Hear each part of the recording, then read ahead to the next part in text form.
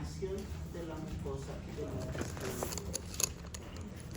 Herniación es una protrusión o salida de tejido que se produce por esta causa. Vean el punto central, las flechas que se dirigen a todos los lados indica aumento de presión dentro de la luz del colon. Entonces, a esto vamos a llamar diverticulosis. ¿Qué es la diverticulosis? La enfermedad en la cual se van a presentar múltiples divertículos, la cual, como dice acá, puede ser sintomática o asintomática. Esta es una definición en cualquier segmento del cuerpo. Cuando esta patología compromete al colon, vamos a denominarla como enfermedad diverticular del colon. Y es de importancia clínica, tomando en cuenta, uno, la clínica que se va a presentar y otro, las posibles complicaciones. Así se ve la estructura de la mucosa del colon. Este es un divertículo. Aumentó la presión dentro del colon y hubo una herniación de la mucosa que puede en algún momento, como un saco, una bolsa, formarse de esta manera y poder presentar contenido en su interior. ¿Qué otro divertículo conocen? Del cual alguna vez ya hemos hablado. El divertículo de Meckel. ¿Dónde está? Es una anomalía patológica cuando existe lo que es la unión del cordón umbilical con lo que es el intestino. No. ¿Dónde se encuentra el divertículo de Schenker?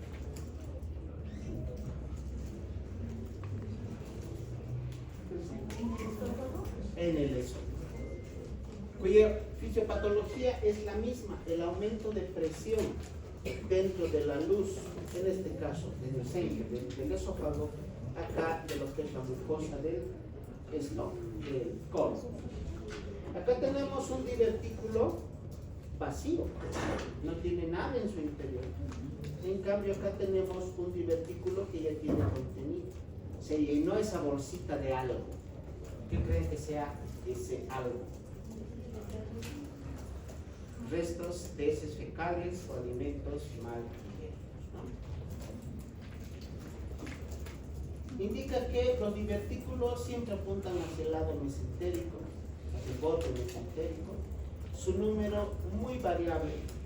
Puede haber un divertículo único o ser cientos de divertículos, con un tamaño también variable dependiendo del aumento de presión que tenga el interior del colon, que puede llegar hasta 10 milímetros. O sea, 1 centímetro, no, 10 milímetros. Estamos hablando de divertículos que pueden ser desde 1 milímetro, muy pequeñitos, hasta imperceptibles, hasta divertículos grandes como estos, que pueden llegar a llenarse de contenido colónico. A un divertículo invertido se lo llama pólipo. ¿Cómo podemos designar un pólipo? Imagínense que el techo de esta habitación es la pared superior del colon. El data que está colgando ahí es un pólipo. Y ese tubo negro que lo sostiene es el cuello del pólipo. Es como un foco que cuelga del techo. Es un divertículo, pero hacia el otro lado se llama pólipo. ¿Cómo se ven los pólipos? De esta manera. Esta es una colonoscopía en un paciente con una preparación adecuada para hacer la colonoscopía. Sabemos cómo se debe preparar un paciente, ¿no?, para una colonoscopía. Debe estar en ayunas, debe recibir enemas, todo para limpiar la luz colónica y que no se vean restos de heces, sino que se vea la mucosa como tal. Acá vemos estos huequitos, orificios. Aquí tenemos 1, 2, 3, 4, 5 divertículos de distinto tamaño en una porción de tejido de la mucosa del colon bastante estrecha. ¿Cuál es la patogenia? ¿Cuál es la etiología? ¿Por qué se presentan los poros? Los divertículos. Multifactorial. Múltiples factores. No hay uno solo. O sea, si el paciente te pregunta por qué tengo esta enfermedad de los divertículos, hay que indicarle que la etiología tiene varios factores. Uno, factores intrínsecos propios de la pared del colon. Mucosa inflamada por una patología previa, por ejemplo, colitis. Procesos infecciosos, inflamatorios que comprometan al colon, alguna patología previa que haya meritado un tratamiento de orden quirúrgico. O sea, tenemos múltiples circunstancias que pueden llegar a debilitar la pared del colon y ser esta la causa para la alteración de la estructura de la pared. Luego tenemos motilidad anormal. Puede haber aumento o disminución de la motilidad. Un aumento exagerado o una disminución también exagerada de la motilidad intestinal que va a producir o que se va a convertir más bien en otro factor sumado a los previos. Tenemos a los factores ambientales, donde principalmente estamos hablando de cuestiones de orden dietética y factores de tipo hereditario. O sea que esta patología se hereda. Para hacer un recuerdo anatómico, la pared del colon está compuesta de capas longitudinales que se llaman las teñas colónicas, capas longitudinales y otras circulares, que cuando se produce la contracción, el peristaltismo colónico, se forman estos pliegues como de un acordeón. Entonces, cuando se tiene esta contracción de los pliegues en cada proceso de peristaltismo colónico, con mucosa ya dañada previamente, podemos tener engrosamiento de los pliegues, donde se observa que solo se han engrosado, han aumentado de grosor, no hay alteración como hiperplasia o hipertrofia. ¿Y por qué se ha engrosado la pared? Acá tenemos uno de los datos importantes en cuanto a la etiología, la presencia de una enzima, el inhibidor tisular de las metaloproteínas. También tenemos depósitos de elastina en las fibras musculares y sobre todo patología relacionada con el colágeno tipo 3, donde va a haber un aumento del colágeno. ¿A qué viene todo esto? Puede ser un dato, dirán, hasta irrelevante, pero debemos tomar en cuenta que esta patología de los divertículos se relaciona con enfermedades que tienen una importante relación con el colágeno. ¿Cuál conoce?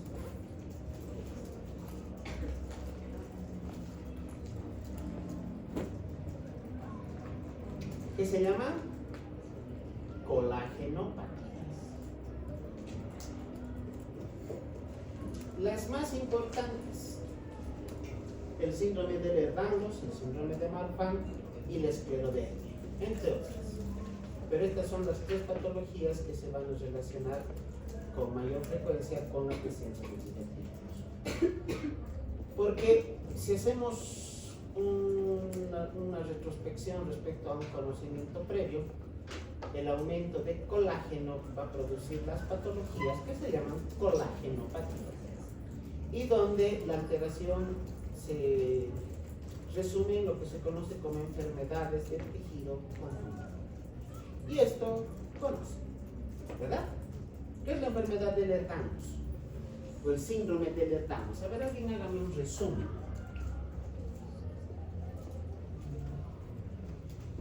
Les digo, ¿conocen? Sí, pero ahora, a ver, explíquenme.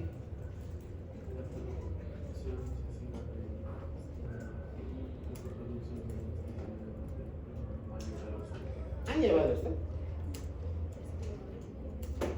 ¿Han llevado el Ehlers-Danlos, el Marfan y la esclerodermia? ¿En qué materia se lleva? En reumato. ¿Han llevado? ¿Seguro? Porque esta situación de las patologías del tejido conectivo están catalogadas dentro de las enfermedades autoinmunes del ámbito de la reumatología. Fuera de la artrosis, artritis reumatoide, artritis gotosa, artritis séptica. En segundo lugar, en importancia están estas. Y no crean que estas enfermedades son excepcionales o raras. Hay casos relativamente frecuentes. La primera imagen nos muestra el síndrome de Ehlers-Danlos. En resumen, esta patología se caracteriza por hiperlaxitud de la piel.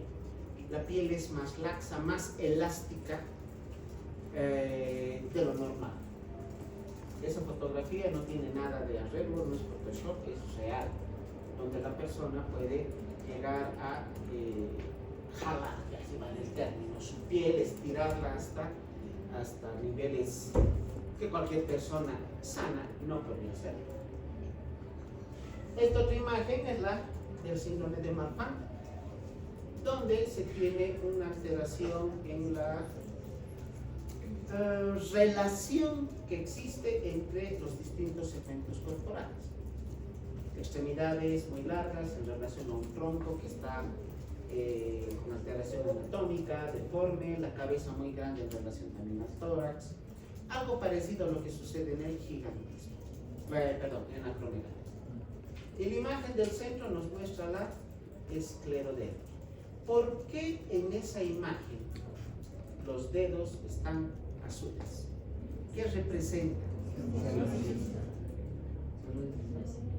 Eso nos respondería alguien que está pues llevando semiología y que acaba de aprender qué es una cianosis. Yo les pregunto, ¿qué relación tiene la esclerodermia con esa imagen donde se ven los dedos azules? Respóndeme como alumnos del primer semestre. ¿A qué se refieren esos dedos? ¿A qué representan esos dedos azules? Y no es porque sea el color de moda, ¿no? ¿Qué? ¿Qué dicen? A ver, alguien responda, pues, saben el honor del curso. Es una de las características que tiene la enfermedad como tal, se llama esclerosis sistémica progresiva. ¿La conocen así? Esclerosis sistémica progresiva. Es una enfermedad sistémica que se caracteriza por la esclerosis, el endurecimiento de tejidos. Todos los tejidos laxos, blandos, se endurecen. El corazón, riñones, aparato digestivo, se endurece, pues se llama esclerosis sistémica progresiva, porque poco a poco va comprometiendo el organismo. Y una de sus variantes es la esclerodermia. En la esclerodermia tenemos esos dedos azules que representan al fenómeno de Raynaud. ¿Lo conocen? Sí. ¿Y por qué no responden entonces? Es que, chicos, me preocupa que a esta altura no sepan que es una esclerodermia o que no sepan que es un fenómeno de Raynaud. ¿Cuántas fases en el fenómeno de Raynaud? ¿Cuántas? Son tres. ¿Te acuerdas? Más o menos me acuerdo, pero estas fases por las que va cambiando la tonalidad de los dedos. Sí. Pero no me acuerdo cómo se. Pero primero va blanco, o sea, la mitad de los. A nivel de los dedos, sí. Estás bien. Va en base a la coloración, al cambio de coloración de la piel. Primero, si no me acuerdo, es blanco, rosado y luego azul, que es dependiendo el grado de. La primera fase se llama fase pálida, donde se produce un proceso de vasoconstricción severo y solo la punta de los dedos tienen una tonalidad realmente blanquecina, mucho más llamativo que en un simple caso de anemia. La segunda fase es la fase azulada, fase cianótica. Ahí están los dedos azules o morados. Y la tercera fase es la fase eritematosa, donde luego de un proceso de vasoconstricción severo, que es de las dos primeras fases, se produce vasodilatación y también la sangre circula excesivamente en los dedos y los dedos se ponen rojos y calientes. Esas son las tres fases del fenómeno de Raynaud. ¿Qué tiene que ver con el colon?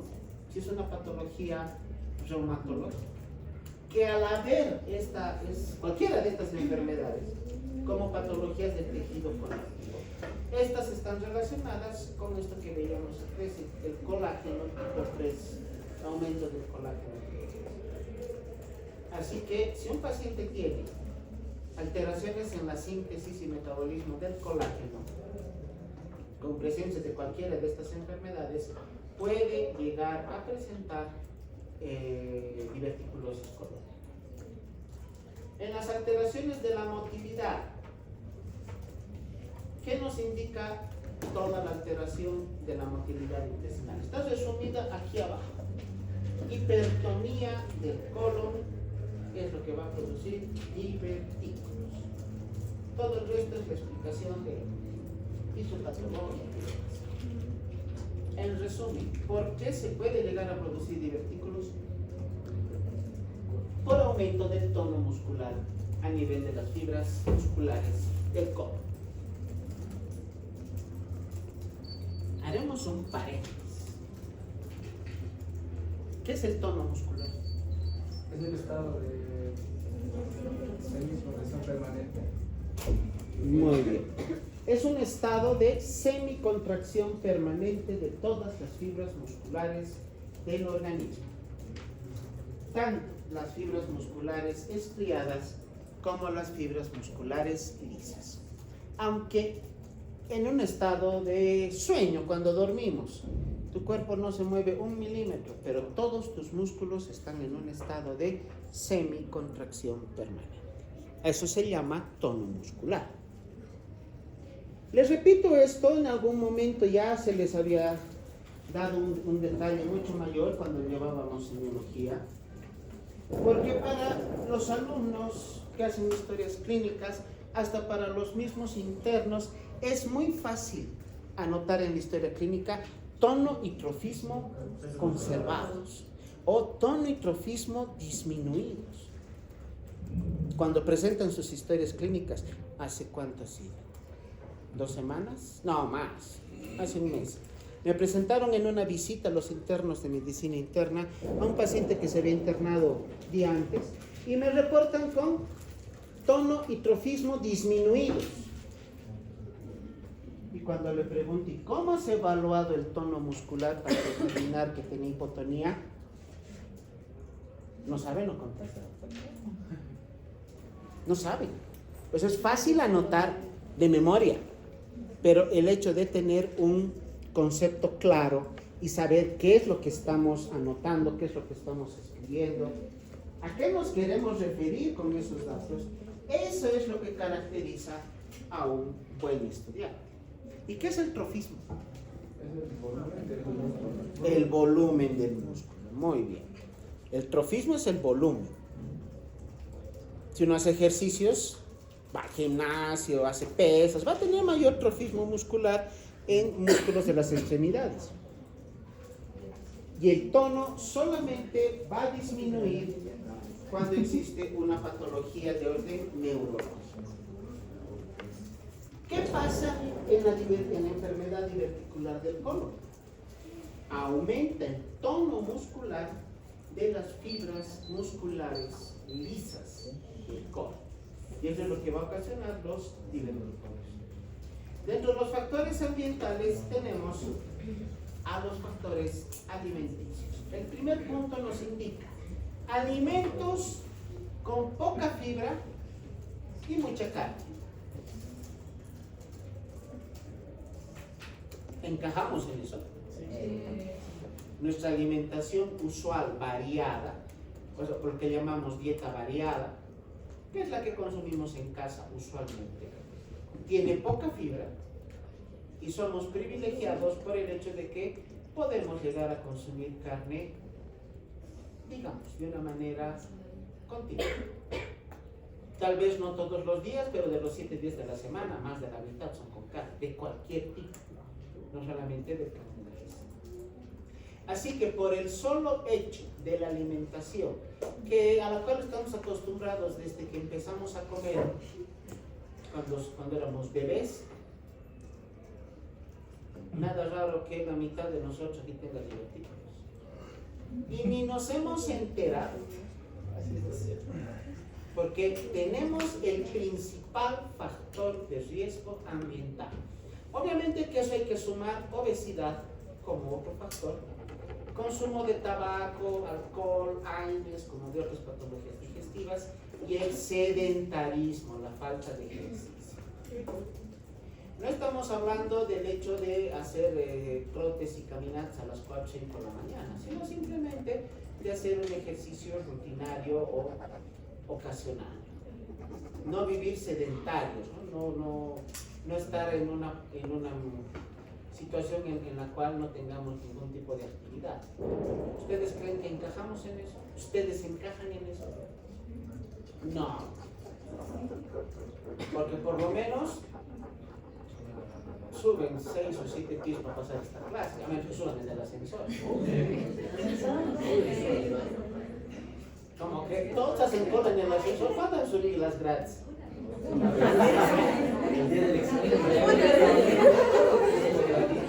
Como todos, yo creo que la primera vez he subido al que yo también he subido. El primer día he subido los 7 pisos. ¿Por qué? No me di cuenta que había hecho. Pero por lo menos hacemos ejercicio subiendo esta calle, la Landeta.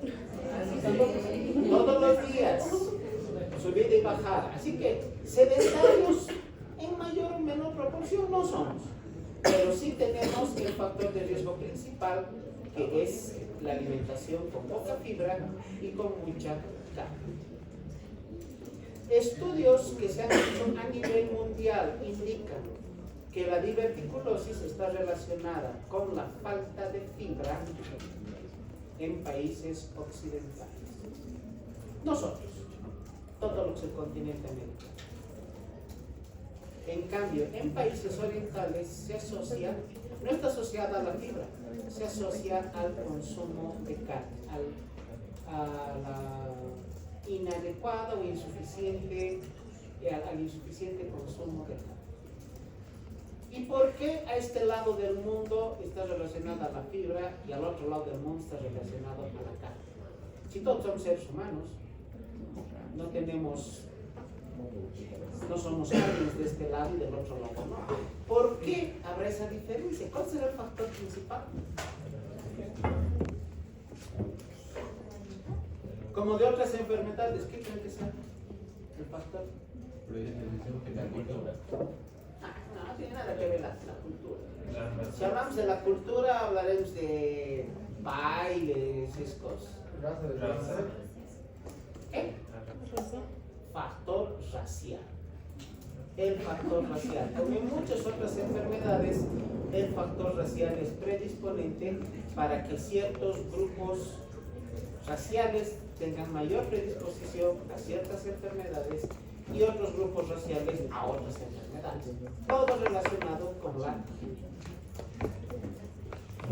Y como principal, pero un factor también a tomar en cuenta, la herencia. Esta enfermedad se hereda y de acuerdo a las leyes de Mendel puede pasar de una generación a otra, saltarse generaciones o, como muestra la imagen, estar presente en una misma familia al mismo tiempo. ¿Cuál es el común denominador que tienen estas 4 personas? La obesidad. Cuando tenemos el factor ambiental, tomar en cuenta, los hombres tienen mayor incidencia de que al presentar divertículos estos sangran. En cambio, las mujeres tienen mayor predisposición a que el divertículo se inflame. Si se inflama el divertículo, tendremos la diverticulitis. La mujer, mayor predisposición a la inflamación del divertículo, y el varón, mayor predisposición al sangrado del divertículo. Bueno, vamos a ver las presentaciones clínicas. La enfermedad diverticular del colon tiene diversas modalidades de presentación dependiendo de la clínica y de posibles complicaciones. Vamos a ir viendo cada una de ellas. Les decía, nada raro que más de la mitad de nosotros tengamos divertículos y no lo sepamos, porque 80% de los pacientes con divertículos son asintomáticos toda su vida. Ni nos vamos a enterar, a menos que por alguna otra causa nos sometamos a una tomografía abdominal o a una colonoscopía o a una radiografía contrastada de aparato digestivo. Y puede ser un hallazgo. Cuando la enfermedad presenta síntomas, se puede llegar a encontrar en los pacientes en 4 variedades. La enfermedad diverticular sintomática, pero sin complicaciones. Solo son divertículos, pero no complicados. La diverticulitis, que es la inflamación del divertículo. Cuando existe sangrado del divertículo, o cuando además de la diverticulitis se presenta colitis. ¿Qué es la colitis? La inflamación del colon. Una cosa es colitis con inflamación del colon y otra cosa son los divertículos. A ver, vamos a ir viendo cada una de estas manifestaciones. La diverticulosis asintomática. Fíjense esta endoscopía, esta colonoscopía, ¿qué nos muestra? Parece un queso gruyere lleno de huequitos. Solo son orificios, son los sacos herniarios que se han presentado por la presencia de divertículo. Divertículo es la presencia de esta herniación de la mucosa. Cuando se presenta la enfermedad por la presencia de divertículos se llama diverticulosis. Y cuando el divertículo está inflamado, diverticulitis. 3 palabras con un significado distinto.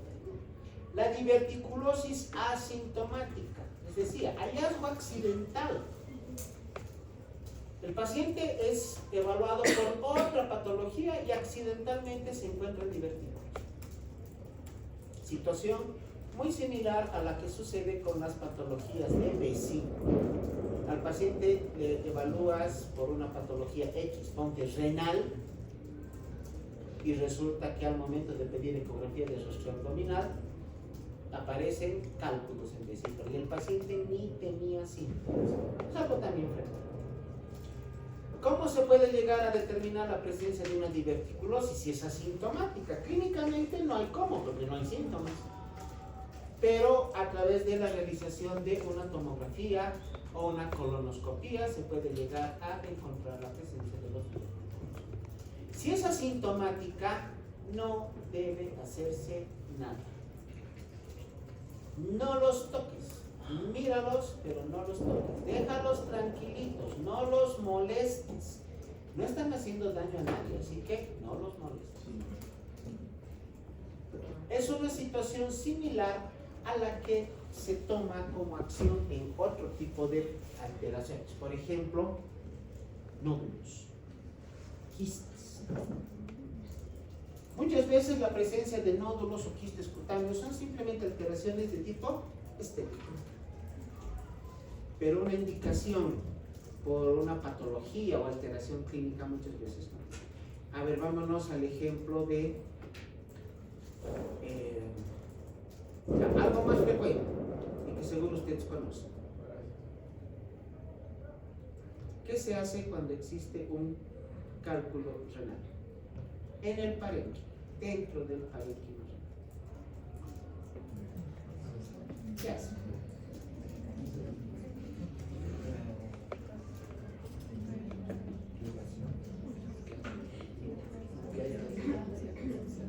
Les agarro en curva cuando les pregunto de nefro, ¿no?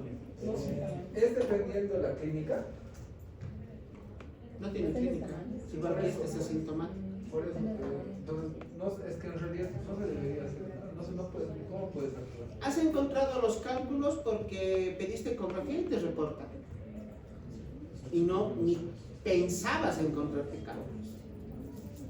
Usualmente tiene una clínica de dolor y un dolor intenso, entonces sí es. No. ¿Quién te dijo eso? Mi profesor de neuro. Doctor, ¿veríamos el tamaño? El tamaño, no, el tamaño siempre seguro. A ver, para complementar lo que decía su compañero, algo que ya les he enseñado. ¿Los riñones duelen? ¿Por qué no duelen? No tienen nervios sensitivos dentro del parénquima. Igual que los pulmones, igual que el hígado, igual que el corazón, no duele, ¿no ve? Inclusive les he dicho, el corazón duele cuando hay mal de amor, pero es otra cosa. Pero hay circunstancias en las cuales, por eso la medicina no es ciencia exacta, puede haber dolor proveniente de estos órganos. ¿En qué circunstancia duele el corazón? Fuera del mal de amor. Cuando hay pericarditis y cuando hay infarto. ¿Cuándo duelen los pulmones? En pleuritis, luego en ya, pleuritis, la pleural, patologías de pleura, porque ahí están los receptores sensitivos. Patologías del parénquima. Sabe, si están presentando historia clínica con eso, yo sé por qué. ¿Por qué sé?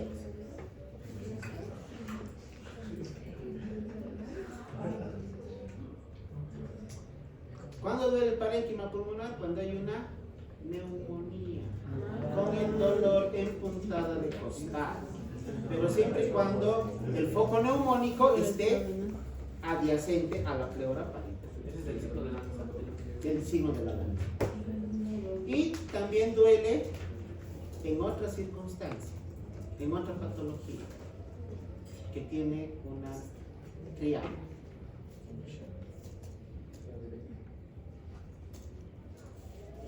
¿Qué triada? Triada, no, ya les doy las respuestas. Igual Quiero pulmonar. que se acuerden. Pulmonar. Patología pulmonar que tiene una triada.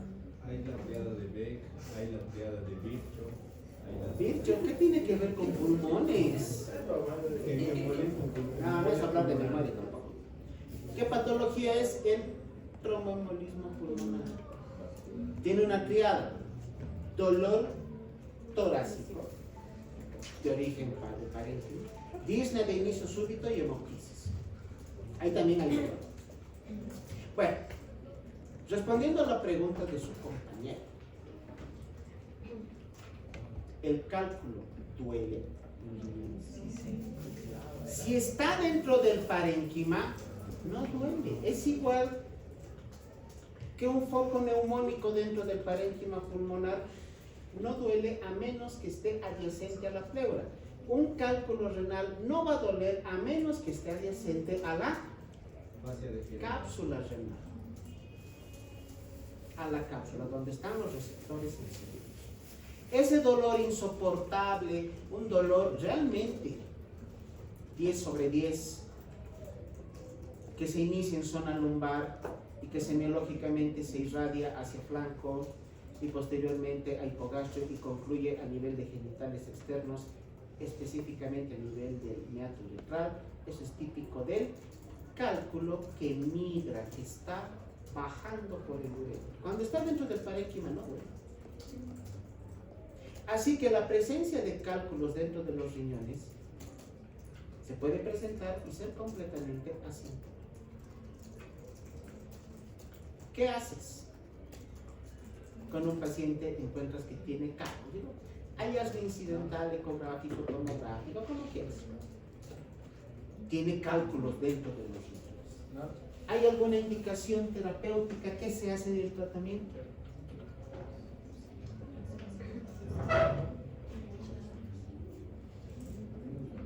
Como dice acá, si no tiene síntomas, no hagas nada. Déjalo tranquilo. ¿Qué puedes hacer? Sacar el cálculo, pero para sacar él o los cálculos, ¿cómo se saca? Antes se operaba. Agarrabas el riñón y lo abrías como pan de sándwich, sacabas los cálculos y luego tenías que suturar. Y luego ese riñón funcionaba, podía que ya no funcione. Así que era más el riesgo que el beneficio. Pero ahora el tratamiento no invasivo es la emisión de ondas de sonido y el procedimiento se llama litotripsia, litotripsia extracorpórea. A través de ese procedimiento bombardeas a los cálculos con ultrasonido y más o menos como dice la historia, como dice la Biblia para los que creen en eso, cómo cayeron los muros de Jericó a través del sonido de trompetas. Era un aparato de litotripsia de hace siglos. Pero es eso, con ondas de sonido han derrumbado paredes de toda una ciudad. Con ondas de sonido estamos destruyendo cálculos. Tiene algo de similitud. Volviendo al tema, si tienes diverticulosis asintomática, ¿qué vas a hacer? Nada, déjalo ahí. Si no produce ninguna molestia, ningún síntoma, no necesitas hacer nada. Simplemente recomendaciones, sobre todo de orden dietético. Fibra, aunque aquí está entre paréntesis. Fibra, aumentarías la fibra. ¿Para qué? Porque dice que la alimentación pobre en fibra es uno de los factores y nuestra alimentación es así. Por la motilidad. Si encontramos un paciente acá en nuestro medio que tenga diverticulosis asintomática y sabemos que nuestra dieta es pobre en fibra, ¿le decimos que aumente su consumo de fibra? ¿Qué vamos a lograr con eso?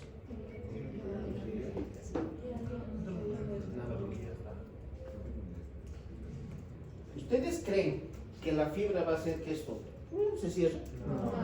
Entonces, ¿para qué la fibra?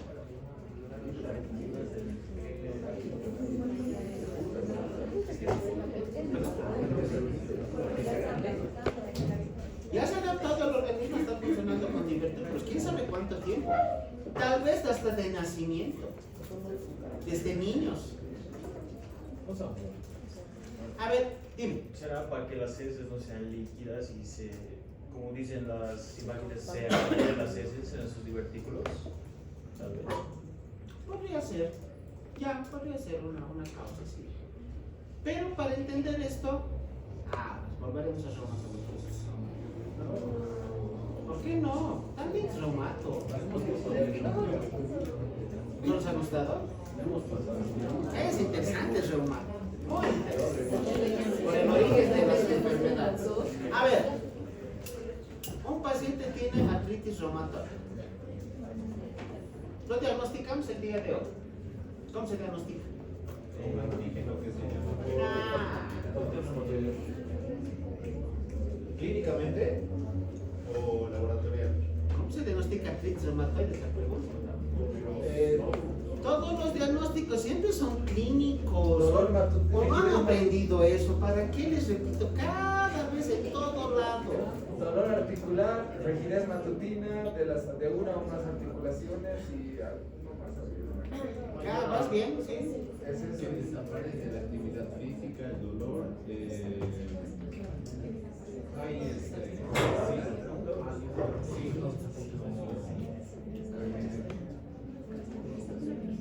que el dolor es progresivo o intenso en las mañanas y que con la actividad física disminuye. Sí. Ya, manifestaciones clínicas como el dedo de Wuhan, dedos, cuellos en forma de cerda. ¿Tú qué me dices? También vamos a encontrar que para el diagnóstico tenemos que tener una o dos articulaciones con deformación que sean grandes, o si no me equivoco eran más de 3 articulaciones pequeñas que tienen que tener deformación. Pero no, con deformación no. Porque puede haber artritis reumatoide sin deformación. Lo que su compañero estaba indicando está bien. Son los datos clínicos que te hacen sospechar de artritis reumatoide, ni siquiera la confirmas. Ahora, la segunda pregunta, ¿cómo confirmas un diagnóstico de artritis reumatoide?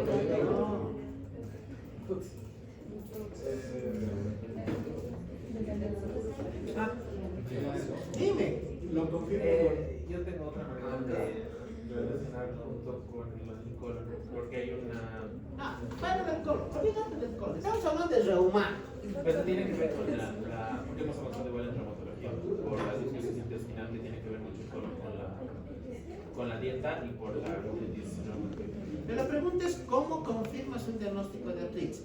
Ya hemos visto que hay datos clínicos que te hacen sospechar de artritis reumatoide. ¿Cómo la confirmas? La respuesta, 2 palabras. No. No. Mucho. ¿Cuál es la respuesta? Criterios EULA. A ver qué sabe.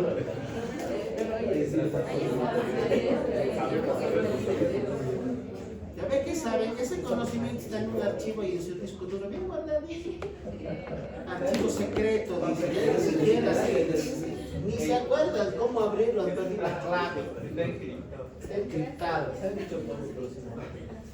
Ya, tienes un paciente que has diagnosticado artritis reumatoide el día de hoy, hemos hecho criterio celular, se deben acordar de 4 variables. Número de articulaciones comprometidas, revelantes de fase aguda, serología y tiempo de evolución. ¿Cuántos puntos debe sumar el paciente? Más de 10. No, como de 10. 10 es para el lupus. De 8 tampoco. Más de 6. 6 o más hacen diagnóstico. Hemos hecho eso. Muy bien. Diagnosticamos una artritis reumatoide aguda descompensada el día de hoy a un paciente X. Tratamiento, ¿qué le vamos a dar? Paracetamol. Vamos, paracetamol. ¿Cómo le vas a dar paracetamol a un paciente con artritis reumatoide? Hay fármacos que modifican indicadores de la enfermedad. Ya, uno de los pilares del tratamiento de la artritis reumatoide es el uso de Pero los FAM. Es pero doctor, uno. la primera indicación para lo que es el dolor y demás, ¿sí son los AINES o estoy equivocado? Ya, los AINES, pero no el paracetamol. Miren, el tratamiento de la artritis reumatoide tiene 3 pilares.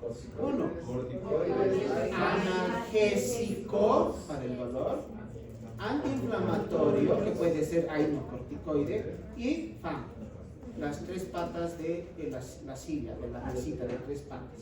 Si uno de ellos falla, el tratamiento de la artritis reumatoide está mal. Hasta ahí estamos bien. Si ese paciente presenta dedos en gatillo, en cuello de cisne, nódulos de Bouchard, nódulos de Verdane, la manita así que se llama, Desviación cubital. tiene nombre. Desviación cubital. Mano caída. Mano en garra es así, mano en garra, caída. Este es así, chuequita hacia el lado izquierdo.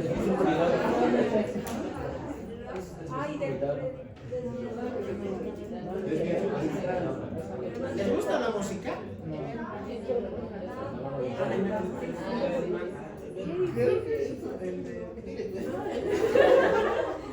No le sale, dile tú.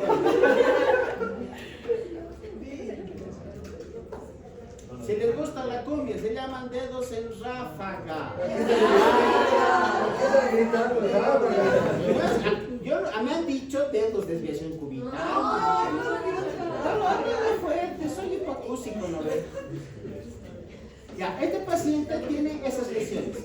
Tiene desviación cubital, dedos en ráfaga, dedos en cuello de cisne, tiene dedos en martillo, tiene nódulos por todo lado. O sea, toda la característica de la artritis reumatoide. ¿Para qué sirven los FAMI?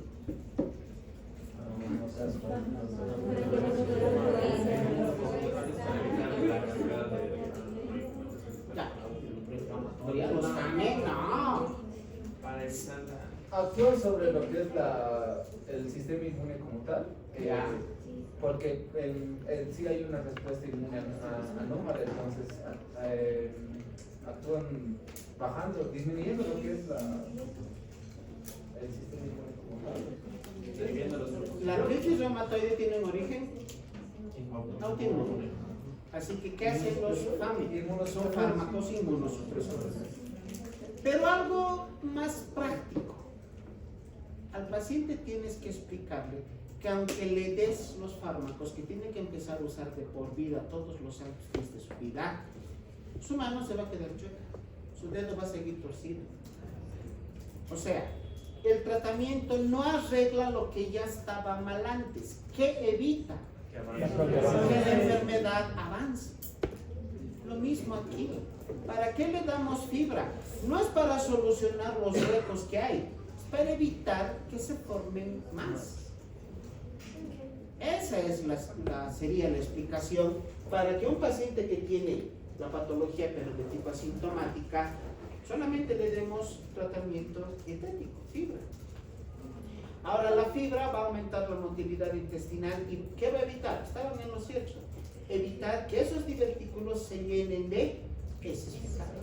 O sea, que se enlentezca el peristaltismo y evitemos que se forme, que se llene de heces para que no tengamos complicaciones.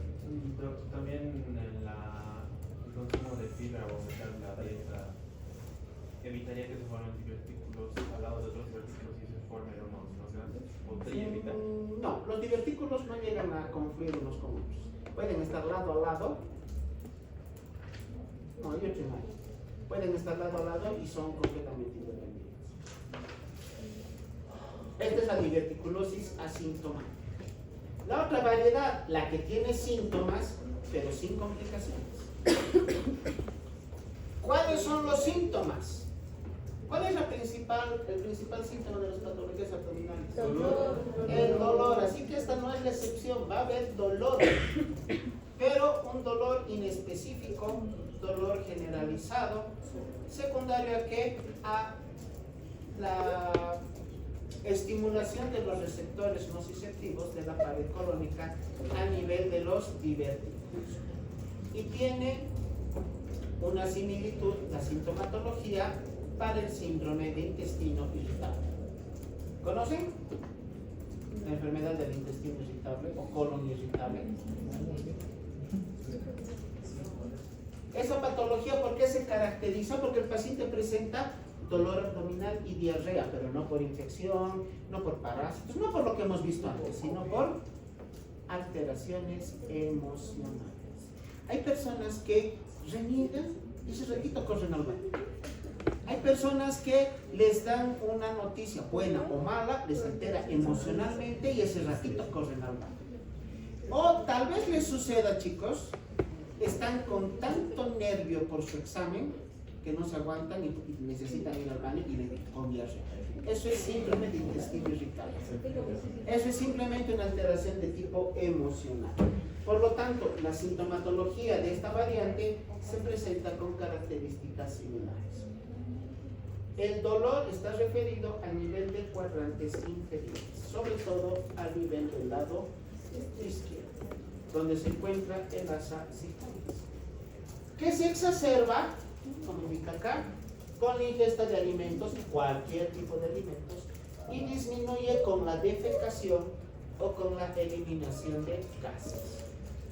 Otras manifestaciones, la hinchazón o aumento de volumen abdominal, puede haber constipación o diarrea e inclusive eliminación de moco a nivel de recto. Heces con flemas y moco.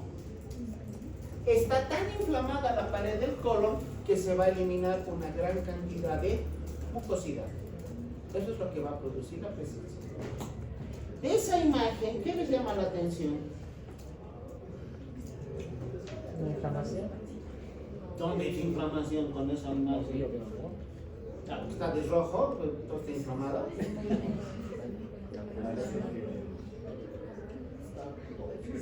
Está torcido. El dolor. Para algo les enseñó términos semiológicos. Che, ¿cómo me van a hablar de torcido?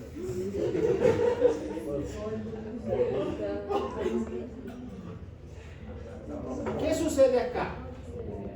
Aquí está la válvula ileocecal, este es el ciego, colon ascendente, ángulo hepático del colon, y este es el colon transverso, pero miren, baja, vuelve a subir, llega al ángulo esplénico del colon, da otra vueltita y recién baja para transformarse en colon descendente, que estén las sigmoides y el recto.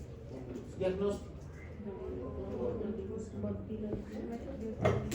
Son megacolon.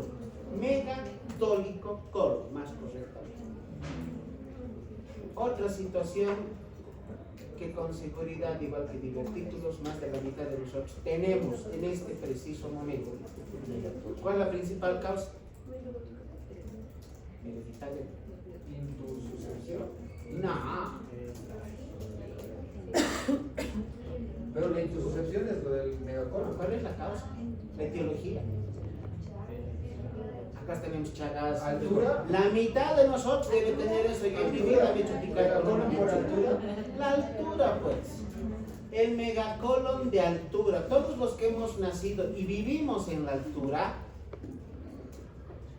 no solo en este país, en todos los países que tengan cordilleras, no solo en América, también en África, en Europa, en todo lado, pueden llegar a presentar megacolon de altura. Tomando en cuenta que se considera ciudades de altura aquellas que están por encima de los 2.500 metros del nivel del mar. En nuestro país eso incluye de Cochabamba para arriba. No solo es La Paz, no solo es el Alto, no solo es Oruro, podemos decir. Así que por el hecho de haber nacido acá, podemos tener megacolon de altura. Y por el hecho de nuestra alimentación podemos tener divertículos. El paciente, nada raro que teniendo megacolon de altura tenga además mayor espacio para la formación de divertículos, porque la principal sintomatología del megacolon de altura, ¿cuál es? Constipación. Si el paciente es estreñido, cada vez le cuesta ir al baño y tiene que usar laxantes de una y mil formas, primero piensen, no será megacolon, y alguno de nosotros puede que tenga esa. Y al haber constipación, eso favorece a la presencia de ¿qué? Tenemos que contraer el colon con más fuerza, aumenta la presión dentro de la luz y eso puede producir los divertículos. La hemorroides está en el otro lado. ¿Cómo vamos a hacer el diagnóstico? Con una colonoscopia. El estudio de oro, ya sabemos, gol estándar para las patologías digestivas, la endoscopia. Para las patologías de colon, la colonoscopia.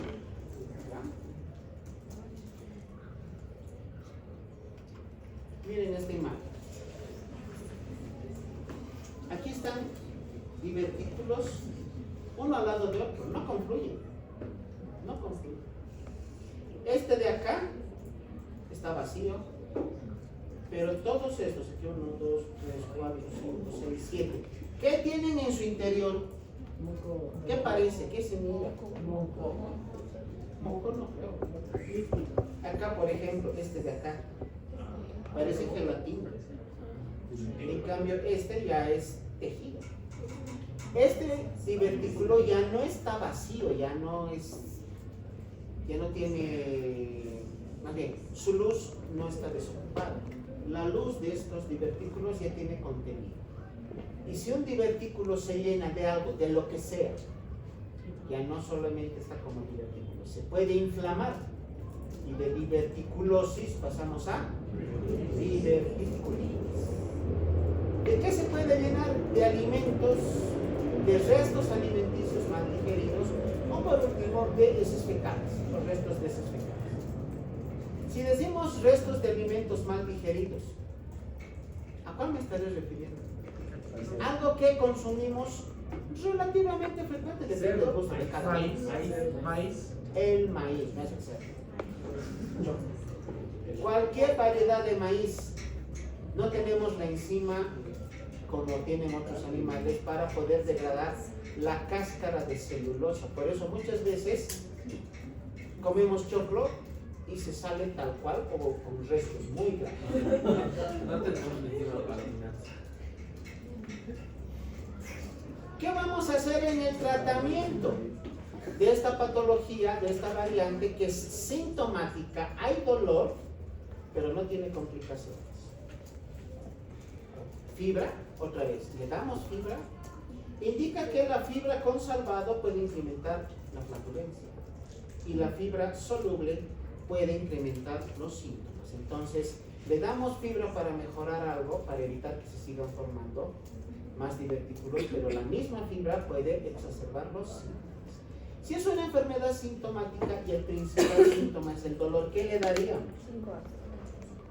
Un analgésico. Pero tomando en cuenta que el dolor es producido por la contracción espasmódica de la musculatura lisa, es mejor darle antiespasmódico. Tratamiento ya más específico para los divertículos. Este fármaco que se llama mesalazina, nombre comercial 5-ASA. Tratamiento de primera línea tanto para los divertículos como para la enfermedad de Crohn.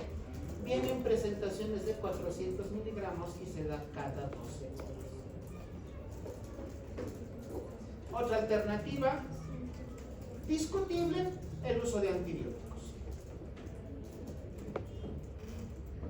Uso de antibióticos, pero que no sean absorbidos. Antibióticos que actúen directamente sobre la luz color. ¿En qué patología hemos usado esos antibióticos? Clostridium difficile. ¿En qué patología? Infecciones gastrointestinales, doctor. ¿Qué patología? ¿En qué Gastroferitis. diagnóstico? Hemos llevado hace una semana.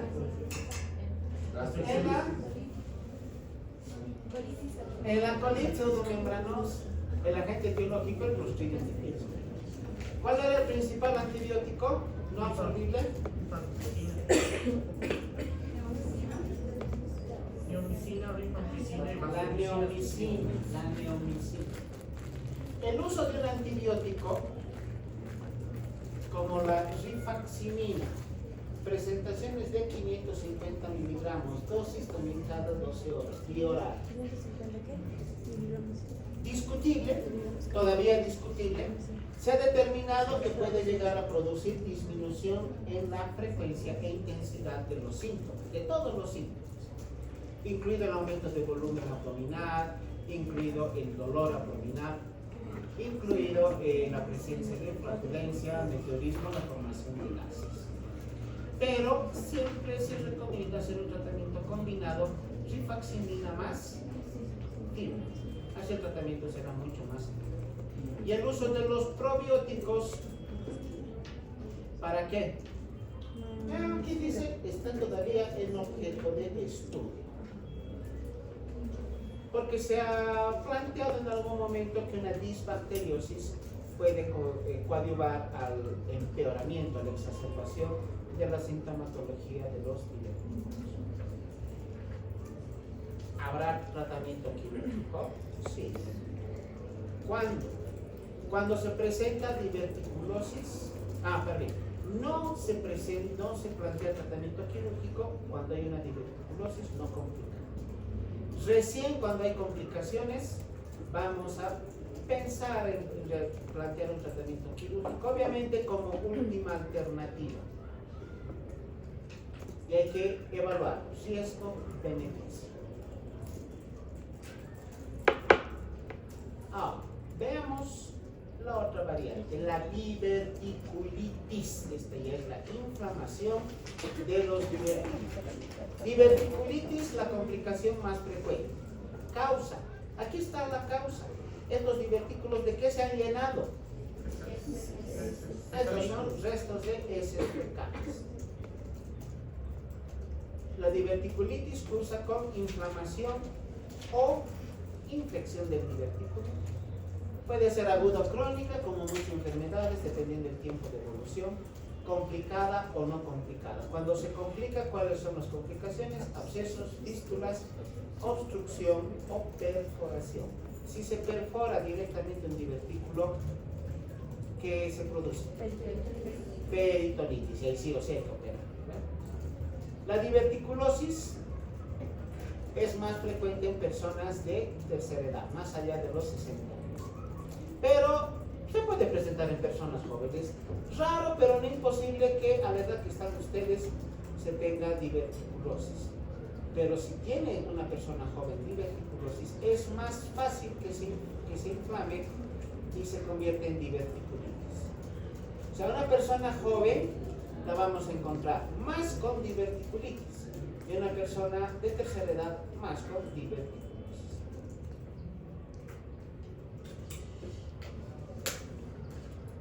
Acá está el esquema de lo que se produce en la diverticulitis. Acá tenemos a los divertículos, aquí abajo está. El divertículo, acá arriba hay otros divertículos, pero acá el esquema indica que se llenó.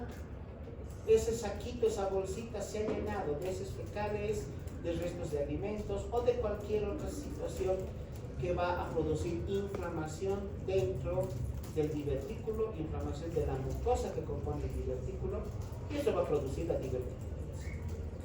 Y se ha planteado la presencia del citomegalovirus como un coadyuvante para la reactivación o exacerbación de la diverticulitis.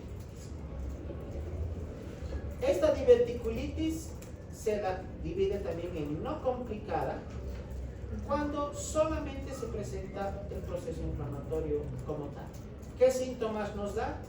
Dolor abdominal, localizado sobre todo a nivel del cuadrante inferior izquierdo, donde está el asa sigmoides, asociada frecuentemente a diarrea, pero en otras circunstancias menor proporción a constipación, a estreñimiento. Y síntomas más generales y menos frecuentes: anorexia, náuseas, vómitos, disuria y cistitis simpática. ¿Por qué disuria en un paciente que tiene patología de colon?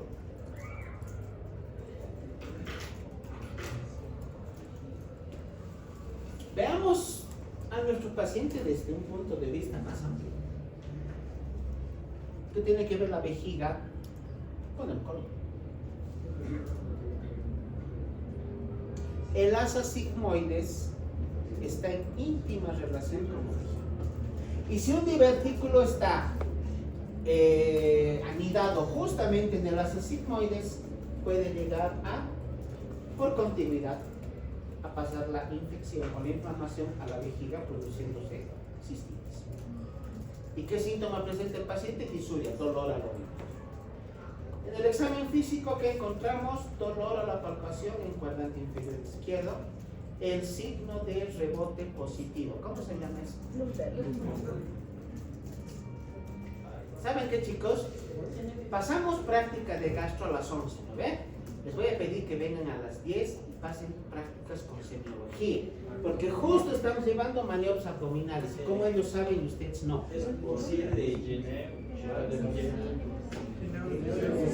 ¿Para qué sirve Blomberg? No es para peritonitis. Blomberg es el dolor a la descompresión brusca en fosa ilíaca derecha. ¿Te diagnostica? Apendicitis. Si el paciente ya no tiene apéndice, si le han operado de apéndice, le han sacado el apéndice y tiene Blomberg positivo, diagnósticos diferenciales. Uno, tiflitis. Luego, no, pues que no es tiflitis. Enfermedad de Ya. Ofaritis. ¿Qué es la ofaritis? Inflamación de ovario. ¿Qué más puede ser? salpingitis, Salpingitis. ¿Qué más? quiste ovárico, Ileitis terminal. Embarazo ectópico. ¿Qué más? La enfermedad de Crohn. Infección urinaria que compromete al tercio distal del uréter justo antes de su ingreso en la vejiga, porque tiene íntima relación con el ciego en este caso, no al otro lado. Hasta la tifoidea te puede dar dolor en fosa ilíaca derecha que asemeja una apendicitis.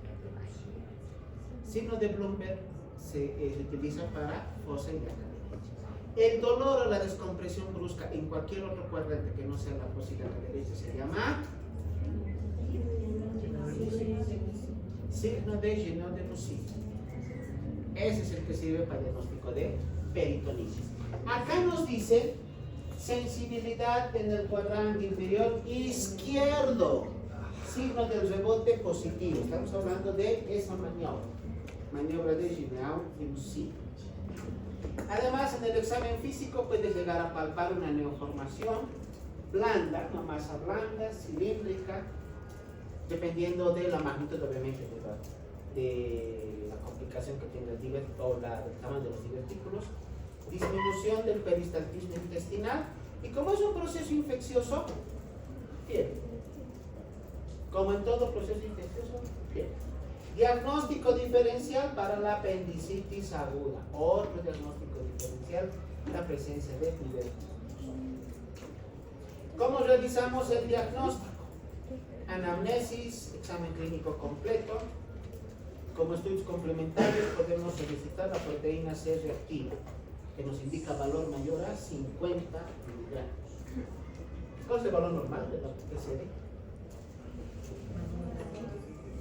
Menor a 6 kilos. No son papas en cebolla. Ya, 6 miligramos. ¿En qué patología se eleva típicamente la PCR?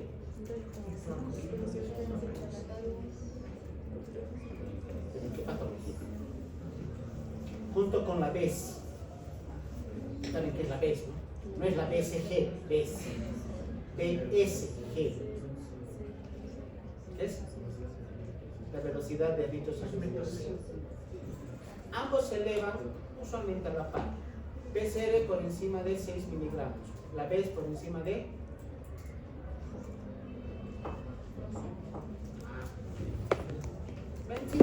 No es adivinando. Pero ¿quién da más? ¿Quién da más? Mayor a 10. ¿Y es que? Milímetros por hora. Es velocidad. En física, en colegio hemos aprendido. Velocidad es espacio sobre tiempo. Milímetros por hora. Ambos estudios laboratoriales, la PCR y la BES, suelen elevarse al mismo tiempo. ¿En qué patología típicamente?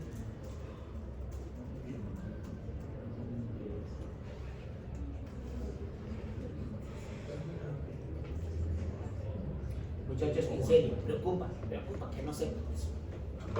¿Cuál es la respuesta? ¿En qué patología típicamente se elevan esas dos pruebas laboratoriales? Respuesta: en ninguna. Porque los dos se denominan reactantes de fase aguda, inespecíficas, más bien, no son específicas de ninguna patología. Se elevan tanto en enfermedades inflamatorias como en enfermedades infecciosas. Y son las dos pruebas laboratoriales más utilizadas. ¿En qué creen? En reumatología. ¿Les han enseñado eso en reumatos?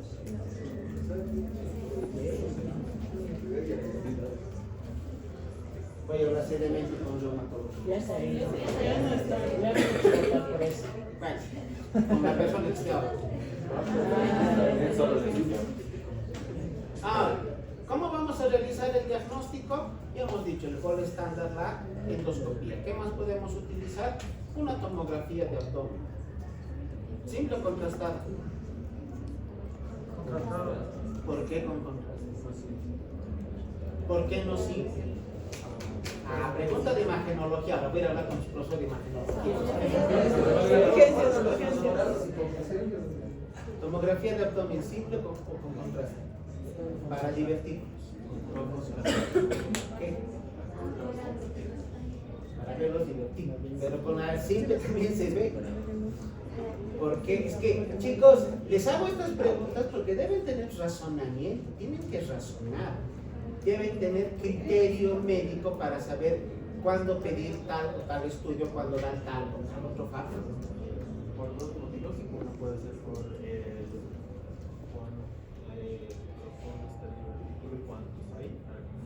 Pero el contraste no lo vamos a colocar dentro de la luz intestinal.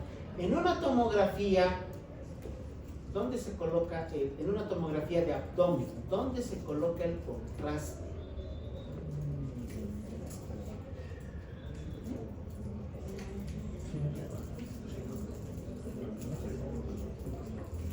Es el conocimiento de lo más básico de la tecnología. De lo más básico. ¿Dónde se coloca el contraste? ¿Se le da para que tome? contraste varitado, yodado, se disuelve en agüita, mientras va pasando por la luz del estómago, esófago, intestino, se van sacando las imágenes de la tomografía. ¿Es así? Pues no, pues esto es para la radiografía. En una tomografía contrastada, el medio de administración es, o la vía de administración es endovenosa. ¿Sabían eso? ¿Y qué es lo primero que tienes que verificar en el laboratorio de tu paciente antes de darle contraste? Sensibilidad. Alergia. ¿Acaso en el laboratorio que sale que es alérgico? ¿Qué ves en el laboratorio de tu paciente antes de darle contraste? Endovenoso. Creatinina. ¿Por qué? No, ¿por qué? ¿Por qué creatinina? ¿Por qué no? Para ver la función renal. Obviamente, pues, pero ¿para qué? ¿Para qué? Ah, es que no creo que hasta ahí llegue su conocimiento y me digan creatinina para ver función renal. No puedes.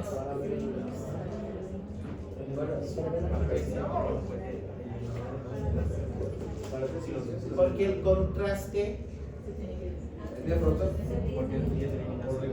se elimina por vía renal. Pero respondan así, no para ver función renal. No, inclusive tenemos que ser más específicos. No solamente hay que ver la creatinina. ¿Cómo determina la función renal?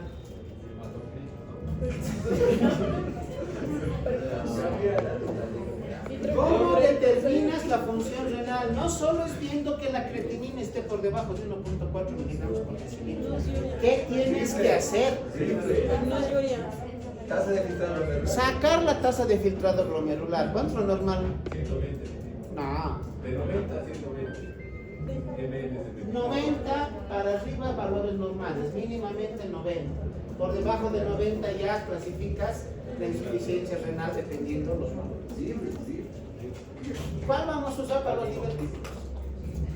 A ver, una contrastada. Esto no sé si sé. Una contrastada, ¿cuál es la principal indicación de una tomografía contrastada? Cuando estás en el estudio de qué, no solo en abdomen, en cualquier parte del cuerpo. Cáncer, de tumores, neoplasias, sí o sí tienes que pedir contrastadas. En este caso de los divertículos, ¿nos sirve más una contrastada? Sí, nos sirve más una contrastada que una tomografía. Sí. Otras pruebas, esto es lo que les decía hace un rato, le das al paciente a que tome contraste yodado y miren cómo se ven de bonitos los divertículos. Aquí como saquitos, como bolsitas, se juega. ¿Una ecografía no sirve? No sirve, pero no es tan específica, tan sensible como es una colonoscopia. ¿Cómo vamos a hacer el tratamiento? El tratamiento es ambulatorio cuando no hay criterios para hospitalización. ¿Cuáles son esos criterios de hospitalización? Acá abajo. Intolerancia a la vía oral, presencia de datos clínicos de peritonitis, vómitos, fiebre o cuando no mejora con el tratamiento ambulatorio. Estas son las indicaciones para que el paciente reciba tratamiento hospitalario. Si no cumple esos criterios, lo manejas en su casa. ¿Qué le vas a dar? ¿Qué vas a indicar? Reposo intestinal, dieta, aporte de líquidos, antibióticos orales porque es un proceso infeccioso. Estamos hablando de diverticulitis. ¿Qué le vamos a dar? Quinolonas. ¿Les preguntó? ¿Cuál le dan? ¿Cipro? ¿Cuántas? 500 cebollas. 500 ¿Cuánto? miligramos cada Ah, uno. pero respondan bien. 500 miligramos Cada 12 horas. ¿Qué vía? Oral o intravenoso. ¿Y vía parenteral? Lo mismo. 200. No, 200 miligramos. 200 es vía parenteral. ¿Y la levo? 500, lo mismo, pero son una vez al día. 150 miligramos. 500 una vez al día. Cada 24 horas. Y el ofloxacino y el moxifloxacino. No hay intermedio.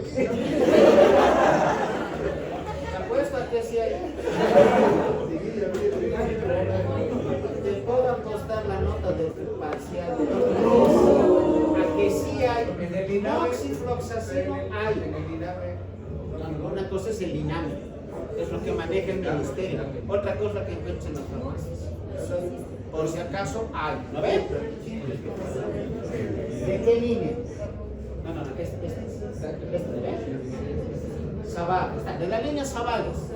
Pero doctor, INAME es- Así que no me digan que no hay.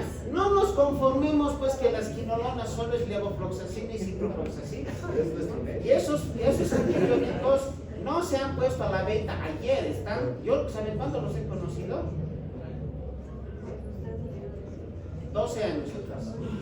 Hace 12 años que me han presentado al moxifloxacina. ¿Usted usa Cipro o oxifloxacino usualmente en el día a día? En el día a día uso levo. ¿Cuál es su escala de tratamiento de usted? Ya entonces, Escala. O sea, ¿qué uso? Sí, para los pacientes. Levo. Levofloxacina, bioral o bioparenteral, cualquiera, 500 miligramos. 500, a ver, la levofloxacina viene en comprimidos de 500 y 750, se da una vez al día. Bioral, bioparenteral, 500 miligramos. Si el paciente está internado, en lugar de darle bioral, le doy bioparenteral para no ser internado. En situaciones de una diverticulitis muy complicada, levofloxacina, bioparenteral. Ya está. Se ha enojado el dato. Perdón, ya habrá el levofloxacina de 500 miligramos al día. No, 750. Viene de 500 y de 750. A usarla de 500, prefiero usarla de 750. O se puede combinar quinolona, sulfamida, metronidazol, clindamicina. No nos vamos a pasar el tiempo que nos queda hablando de farmacia, ¿no? Supongo que sí. Suponemos. ¿Cuál es la evolución? La evolución es favorable, como con todo paciente, que se haga un tratamiento oportuno, diagnóstico oportuno y tratamiento oportuno. Se debe indicar que solo el 30%, de un 15 o un 30%, van a requerir un tratamiento quirúrgico.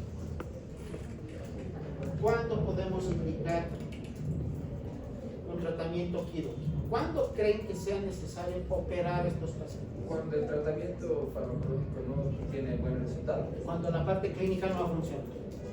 El paciente sigue con síntomas. O cuando se presentan complicaciones. ¿Qué complicaciones? Abscesos, fístulas, obstrucciones o perforación. Veamos rápidamente cada una de ellas.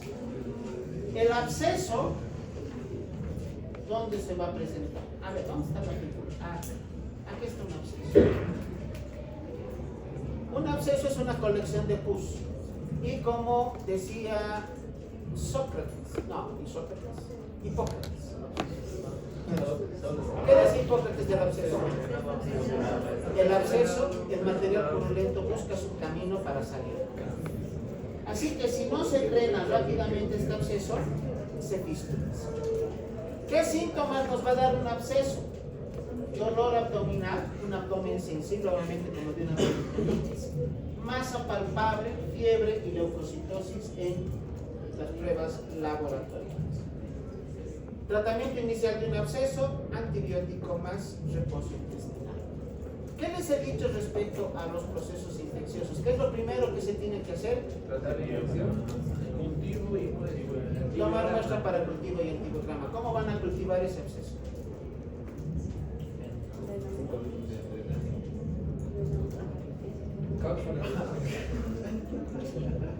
Si no se ha fistulizado, es un absceso cerrado. No hay cómo cultivarlo. Entonces tenemos que hacer tratamiento empírico. Y si es el intestino, ¿qué bacteria creen que esté ocasionando el absceso? El coli, que es gram negativo. O sea que el empírico tiene que ser en base a fármacos, grupos antibióticos que actúen sobre todo contra gram negativos. ¿Cuál? Quinolonas, cefalosporinas, de primera elección porque es digestivo. Si fuera renal, de primera elección son los aminoglucosas. ¿Qué saben? Si el absceso se abre, se convierte en una fístula.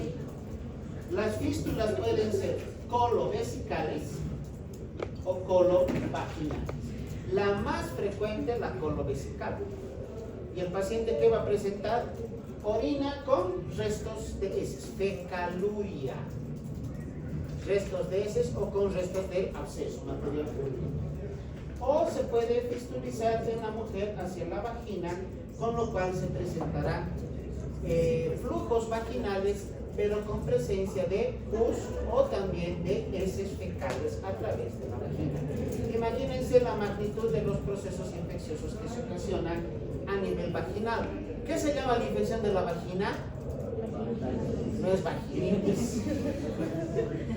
O sea, inflamación de la trompa, trompitis.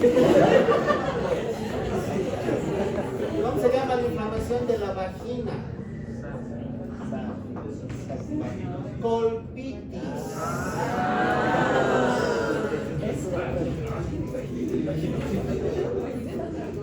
También miren acá la gran presencia, la gran cantidad de divertículos inflamados y demás puede llegar a ocasionar obstrucción de la luz colónica. Y tratarse, no bien, dar la sintomatología típica de una obstrucción intestinal, como de cualquier otra obstrucción intestinal. ¿Y cuál es el tratamiento para una obstrucción intestinal? Cirugía 3. ¿Qué se hace? ¿Qué se hace? Esta es la figurita, hay que reseccionar todo este pedazo de colon, ya no sirve. ¿Qué vamos a hacer? Una resección colónica. Pero acá la figura también es clara.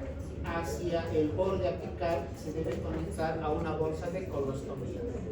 ¿Qué pasa cuando hay un megacolon? Es tan largo el colon que se cortan esos pedazos, o sea, el pedazo largo. Y luego se agarran los dos bordes y se los anastomosis término-terminal. En este caso, el segmento proximal está aquí y el distal aquí. No hay cómo realizar esa anastomosis término-terminal, ni que fuera chicle para estirar el colon, no se puede. Así que el paciente está condenado a ¿qué? A vivir con colostomía toda su vida. Así que piénsala 100 veces antes de derivar a tu paciente al cirujano.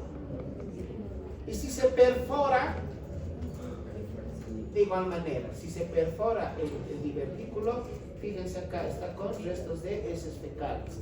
Acá también se debe hacer un tratamiento de tipo quirúrgico, simplemente operar.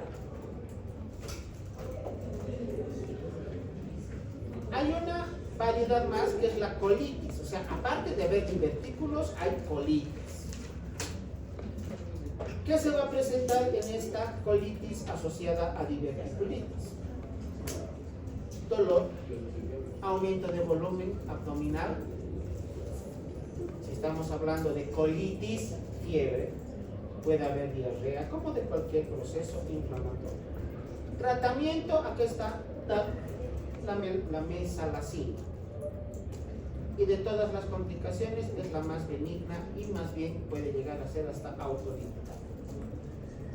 Pero si se presenta hemorragia, hemos visto esto en el tema de hemorragia digestiva. Una de las causas de hemorragia digestiva baja los divertículos. Y hemos aprendido cuál es el principal síntoma, la hematoquesia. Así que ¿para qué vamos a repetir? Ya hemos hablado de esto de una manera amplia en el tema correspondiente.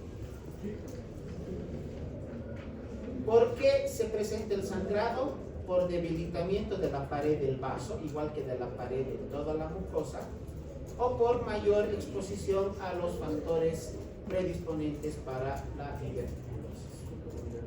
La hematoquesia puede llegar a presentarse de una manera en volumen abundante, lo cual puede llegar a motivar la necesidad de realizar transfusiones. Acá tenemos una colonoscopía que nos está indicando que hay hemorragia. Aquí está el divertículo y aquí está la sangre. ¿Qué se va a hacer? ¿Cuál es la primera medida? inyectar adrenalina directamente al foco sangrante. ¿Para qué la adrenalina?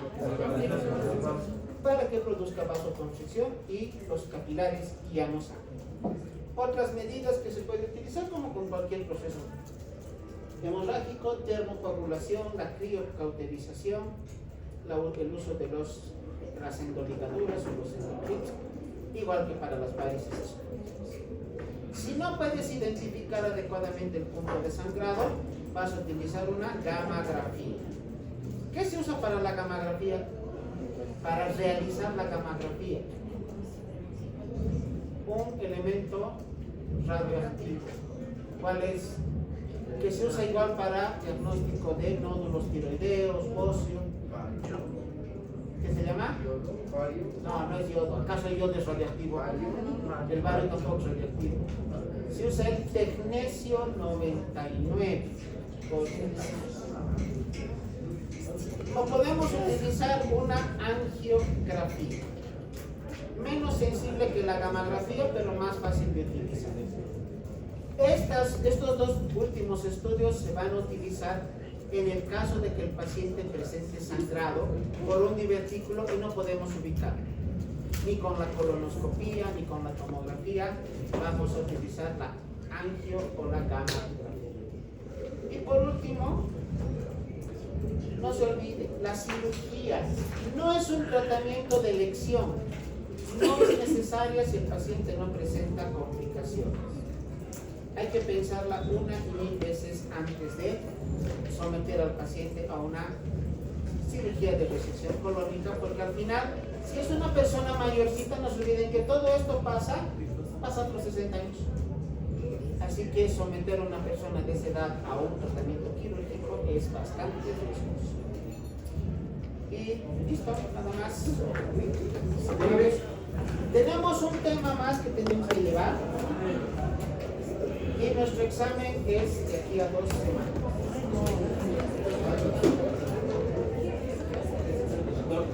¿Cuándo pasa? ¿Cuándo?